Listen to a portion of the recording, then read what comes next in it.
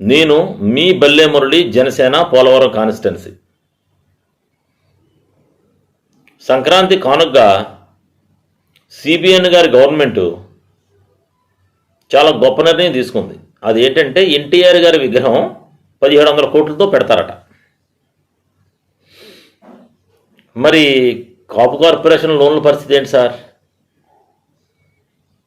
మీ కూటమి ప్రభుత్వాన్ని గెలిపించడం కోసం మా అన్న పవన్ కళ్యాణ్ గారికి సపోర్ట్ చేస్తూ ఆంధ్రప్రదేశ్లో కాపు యువత బ్యానర్లో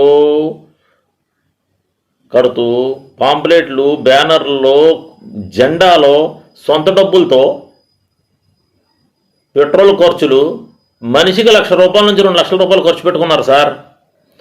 యువత అంతా కూడా ఈరోజు మీరు ఏదన్నా లోన్ ఇస్తారేమో పాపం ఉపాధి పొందుదామని చూస్తున్నారండి. మీరు దానికి ₹1 ఇవ్వరు. ఎంతవరకు పవన్ కళ్యాణ్ గారు ఇంకో 15 ఏళ్ళ నుంచి జెండా మోసేస్తానంటాడు, చంద్రబాబు నాయుడు గారు విగ్రహం కట్టేస్తానంటాడు. అంతే తప్ప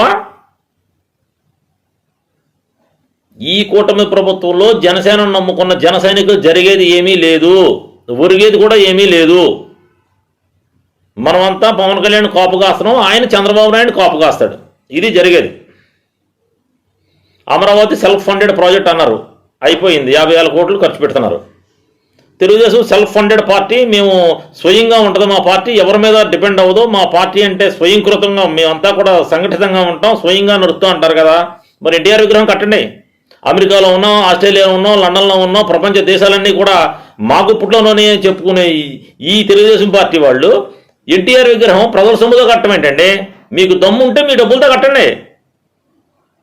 చంద్రబాబు నాయుడు గారు హైదరాబాద్ని కట్టేశాడు, అమరావతిని కట్టలేకపోతున్నాడు. ఎందుకు కట్టలేకపోతున్నాడు అంటే మనకు తెలుసు. ఎందుకు కట్టలేకపోతున్నాడో మనకు తెలుసు, అది మునిగిపోయే ప్లేసు. ఆయన ఏం కడతాడు? కడుతున్న అమరావతి అటర్ ఫ్లాప్, ఒక్క పరిశ్రమ రాదు. వైజాగ్ గ్రోత్ ఇంజిన్ అట. ఆంధ్రప్రదేశ్లో రోడ్లన్నీ గోతులమయం అయిపోయి పెడుతుంటే గ్రోత్ ఇంజిన్ అట. మా అన్న ఉన్నాడు, ఇంకో 15 ఏళ్ళ నుంచి జెండా మోస్తానంటాడు.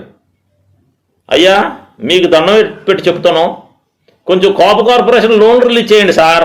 నారాయణ గారు, మీరు పవన్ కళ్యాణ్ గారు, అర్థమైందండి, తదితరులు బాగా బాగా భజన చేస్తున్నారు చంద్రబాబు నాయుడు గారికి. మీకు హ్యాట్స్ ఆఫ్ సార్.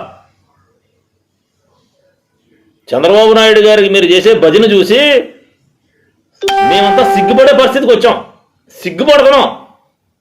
ఓహో మనం ఇంత దిగజారిపోతామా అని. కొంచెం కాపు కార్పొరేషన్ లోన్లు ఇవ్వండి సార్.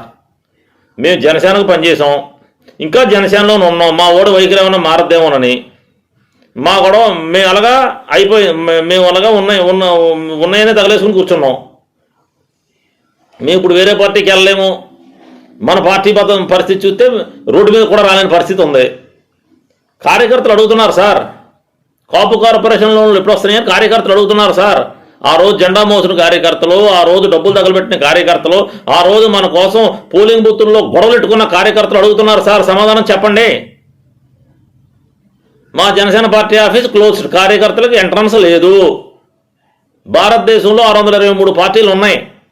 ఏ పార్టీ ఆఫీస్కి కూడా తాళం వేయలేదు కార్యకర్తలు రాకుండా, ఒక్క జనసేన ఆఫీస్కి వేశారు. దీని గురించి డిస్కస్ చేయడానికి రెడీగా ఉన్నాను. నేను ఏ ఛానల్లోనే మాట్లాడతాను. దయచేసి అపాయింట్మెంట్ ఇప్పిస్తే ఏ నాయకుడితోనైనా మాట్లాడతాం సార్. నా వీడియో నాయకులకి చేరేలాగా, నాదెండ్ల మనోహర్ గారికో పవన్ కళ్యాణ్ గారికో చేరేలాగా కొంచెం షేర్ చేయండి సార్. జన సైనికులందరూ మన సమస్యను మనమే సాల్వ్ చేసుకోవాలి బ్రదర్, ఎవరో సాల్వ్ చేయరు. ఈ కూటమి ప్రభుత్వం తీసుకున్న ఈ నిర్ణయం ఘోరాతి ఘోరం. ఈ నిర్ణయం కూటమికి సమాధి కట్టదే. ఇది సమాధి కట్టే నిర్ణయం. ఎన్టీఆర్ విగ్రహం కట్టడం అనేది చాలా దారుణం. 1,700 కోట్ల రూపాయల ప్రజాధనంతో కట్టడం తప్పు. దీన్ని నేను కాదు, సగటు జన సైనికులందరూ కూడా వ్యతిరేకించాలని కోరుకుంటున్నాను. జై జనసేన.